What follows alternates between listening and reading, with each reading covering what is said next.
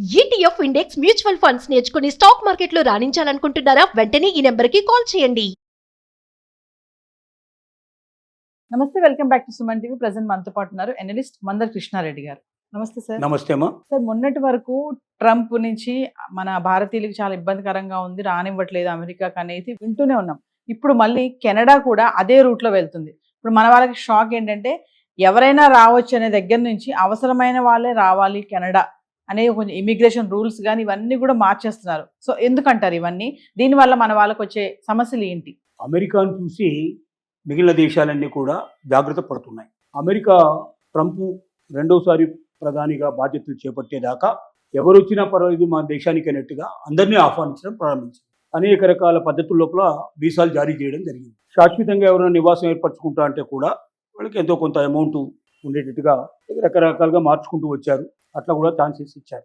Canada అయితే అమెరికాలో చాలా తక్కువ భాగం, అమెరికా డిమాండ్ చేసిన దాంట్లో చాలా తక్కువ 1/4 కెనడా తన దేశానికి వచ్చి ఎవరైనా శాశ్వతంగా ఉండమని రిక్వెస్ట్ చేసింది. ప్రపంచంలో అందరికన్నా ఎక్కువ భూభాగం కలిగినటువంటి దాదాపుగా కెనడా చెప్పాలంటే చాలా పెద్ద వైశాల్యం కలిగినటువంటి, కానీ దాంట్లో 3/4 భాగం ఎప్పుడూ మంచుతో కప్పుబడి ఉంటుంది. అంటే జనాభా నివసించడానికి యోగ్యమైనటువంటి ప్లేస్ కాదు. 1/4 ప్లేస్లో మాత్రమే జనాభా నివసిస్తారు. విపరీతమైన చలి, దాదాపుగా చలికాలం మనకు 3 నెలలు ఉంటే అక్కడ 9 నెలలు చలికాలంగా ఉంటుంది ఒక రకంగా చెప్పాలి. మిగిలిన వేసవి కాలంలో కూడా చాలా నీరెండ వస్తుంది, అంతకన్నా ఎక్కువ ఉండదు. సో అలాంటి చలికి అలవాటు పడి అక్కడ ఉండాలంటే బయట దేశాల నుంచి వచ్చి ఉండటం చాలా కష్టంతో కూడుకున్న పని. సో ఇండియన్స్ అయినా ఇతర దేశాల నుంచి వచ్చి అక్కడ వలస వచ్చిన వాళ్ళైనా అంతా కలిపితే కొన్ని లక్షల మీదనే ఉంటారు తప్ప అంతకన్నా ఎక్కువ ఉండరు. ఎప్పుడైతే అమెరికా నిర్ణయం తీసుకుంది, ఎందుకంటే అమెరికా కెనడా రెండు పక్కపక్కన ఉన్న దేశాలు. బఫేలో అనేటువంటి జిల్లా బార్డర్లో ఉంటుంది, అక్కడే మనకు జలపాతం కనబడుతుంది. ఆ జలపాతం అటువైపు ఇటువైపు కెనడాకు సగం ఉంటుంది, అమెరికాకు సగం ఉంటుంది. సాదర్గా ఇట్లాంటి ఒక బ్రిడ్జ్ ఉంటుంది, ఈ బఫేలో నుంచి అవతలికి కెనడా దేశానికి వేసి ఉంటుంది. ఓ ఫర్లాంగ్ డిస్టెన్స్ ఉంటుంది. ఎవరైనా అక్కడ నుంచి ఇటు నడుచుకుంటూ వెళ్ళొచ్చు. అసలు అమెరికను ఇప్పుడు ఈ గొడవలన్నీ జరగకముందు ఎవరు అసలు చెక్ చేసేవాడు కూడా ఉండేవాడు కాదు. నేను స్వయంగా బఫేలో లోపల నేను వీసా తీసుకొని ఆ బ్రిడ్జ్ మీద నడుచుకుంటూ అవతలికి వెళ్ళాను. నన్ను ఎవరు అడగను కూడా అడగలేదు, నీ దగ్గర ఏముంది, వీసా ఏముంది, నువ్వు ఎక్కడి నుంచి వచ్చావు అని కూడా ఎవరు నన్ను అడగలే. సో అంత సులభంగా ఉండేటువంటి పద్ధతి. సో రెండు దేశాలు అమెరికాలో ఇన్ని నిర్ణయాలు తీసుకున్నప్పుడు మనం కూడా ఏమైనా నిర్ణయం తీసుకోకపోతే బాగుండదనే ఉద్దేశంతో నిర్ణయం తీసుకోవడం తప్ప గొప్పగా అక్కడ ఏం జరగలేదు. రెండోది, భారతీయులకు సంబంధించినటువంటి అంత ముందున్నటువంటి ప్రధానమంత్రి సిక్కులు, అక్కడ ఎవరైతే ఎక్స్ట్రీమిస్ట్గా ఉన్నట్టు కొంతమంది సిక్కులు, వాళ్ళ మధ్య గొడవలు జరిగి అక్కడ ఏదో మర్డర్ జరిగితే దాని ద్వారా భారతదేశాన్ని బ్లేమ్ చేసే ప్రయత్నం జరిగింది. ఇవన్నీ ఒకవైపు ఎత్తైతే వీలైనంత వరకు అమెరికాను చూసి కొంత వాళ్ళు కూడా జాగ్రత్త పడదామనే ఉద్దేశంతో చేసుకుంది ఏంటంటే, గతంలో ఎంతమంది వస్తే అంత మంచిది. ఎందుకంటే వాళ్ళ దగ్గర ఉన్న జనాభే 4 కోట్లు 5 కోట్ల కన్నా ఎక్కువ లేని జనాభా. కాబట్టి బయట నుంచి ఎంత ఎక్కువ మంది వస్తే అంత మంచిదనే ఉద్దేశంతో అందరికీ ఓపెన్ వెల్కమ్గా ఉండేది. కానీ ఇప్పుడు ఏం చేస్తున్నారంటే, మనకు అవసరమైన వాళ్ళు వస్తే మంచిది తప్ప అవసరం లేని వాళ్ళు ఎందుకు, రేపు పొద్దున వీలైనంత వరకు మన దేశానికి ఏదైనా భద్రత కూడా ముప్పు చేసే ప్రయత్నం ఉంటుంది కదా అనేటువంటి దృక్పథంతో వీలైనంత వరకు వాళ్ళని కంట్రోల్ చేయాలనే ప్రయత్నంలో ఉన్నారు. ఆ కంట్రోల్లో భాగంగా 18,000 మందిని సుమారుగా బయటికి పంపించేశారు. వాళ్ళలో ఒక 2,800 మంది సుమారుగా భారతీయులు ఉన్నారు. మెక్సికో నుంచి వచ్చిన వాళ్ళు ఇంకా కొంచెం ఎక్కువ ఉంటారు, వాళ్ళని కూడా పంపించేశారు. మిగిలిన ఇతర దేశాల నుంచి వచ్చిన వాళ్ళు ఉన్నారు. అంటే అక్కడికి వెళ్ళిపోయి సెటిల్ అయిపోతారు కదా సార్, మరి వాళ్ళ పరిస్థితి ఏంటి? వాళ్ళకు కూడా ఇబ్బందేనా? సెటిల్ అంటే ఇక్కడ పర్మనెంట్గా అక్కడ ఎవరైతే సిటిజన్షిప్ తీసుకున్నారో వాళ్ళని పంపించలే. ఎవరైతే తాత్కాలికంగా అక్కడ ఉద్యోగాలు చేసుకోవడానికి వారి కోసం పోయినటువంటి వాళ్ళు ఉన్నారో వాళ్ళని మాత్రమే పంపించేశారు. రెండోది, ఇంకా 29,000 మందిని మొత్తం గుర్తించారు. వాళ్ళని కూడా తొందరలోనే పంపించేట్టు ఏర్పాటు చేద్దామని ప్రయత్నంలో ఉన్నారు. వాళ్ళు 8,000 దాకా దాదాపుగా భారతీయులు ఉన్నారు. వీళ్ళటువంటి వాళ్ళంతా కూడా రకరకాల ప్రాంతాల నుంచి వచ్చిన వాళ్ళు ఉన్నారు. ఇది అక్కడ ఉన్నటువంటి పరిస్థితి.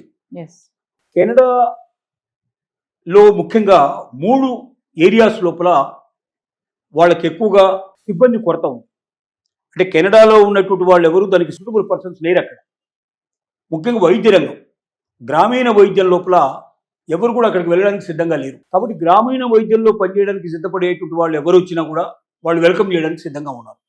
నర్సులు కానీ, డాక్టర్లు కానీ, టెక్నికల్ సిబ్బంది కానీ, రకరకాలుగా మరియు డయాగ్నిక్ సెంటర్స్లో పనిచేసే వాళ్ళు, అట్లాంటి వాళ్ళందరూ కూడా ఎవరు వచ్చినా వాళ్ళని ఇన్వైట్ చేయడానికి సిద్ధంగా ఉంది కెనడా రంగం. రెండోది, సివిల్ ఏవియేషన్.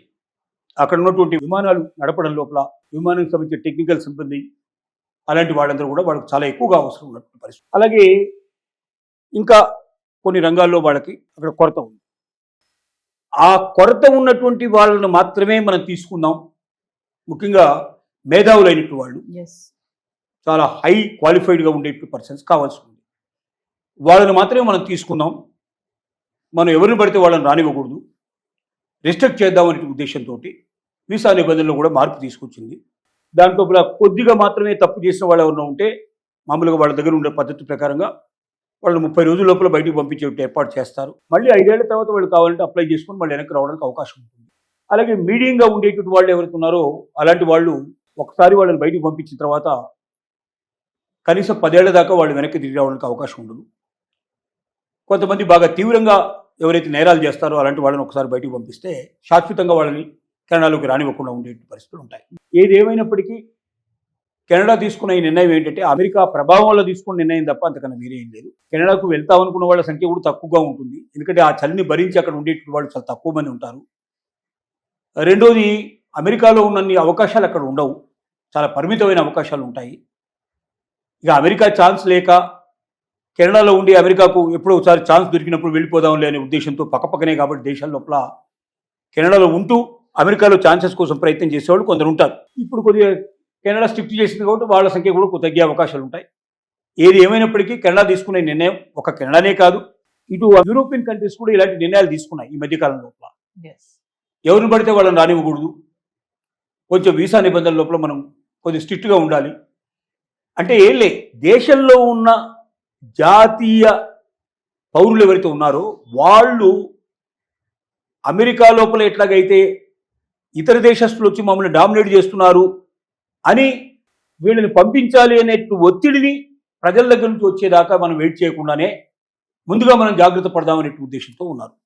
గతంలో అయితే ఎంతమంది వస్తే అంతమందిని ఇన్వైట్ చేసేవాళ్ళు, బయట నుంచి ఎంత ఎక్కువ మంది వస్తే అంత మనకు మ్యాన్ పవర్ దొరుకుతుంది అనుకునేవాళ్ళు. రెండోది, డబ్బు కూడా మన దగ్గర ఎక్కువ జనరేట్ అవుతుందని భావించేవాళ్ళు.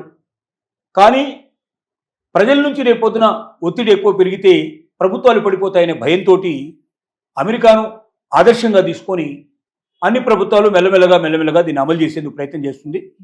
పక్కనే ఉన్న కెనడా తొందరగా దానికి అట్రాక్ట్ అయ్యి నిర్ణయాలు తొందరగా తీసుకుందని చెప్పొచ్చు. అంటే అమెరికా నుంచే కాకుండా మన వాళ్ళకి ఇప్పుడు కెనడా నుంచి కూడా కొన్ని సమస్యలు ఎదురవుతున్నాయని అనుకోవచ్చు. కెనడాలో గొప్పగా లేరు జనాలు, కెనడా అంటే అమెరికాలో ఉన్న దాంట్లో కెనడాలో ఉన్న వాళ్ళు 10% కూడా ఉండరు నేను చెప్పాలంటే.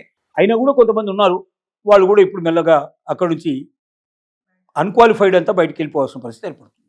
Thank you.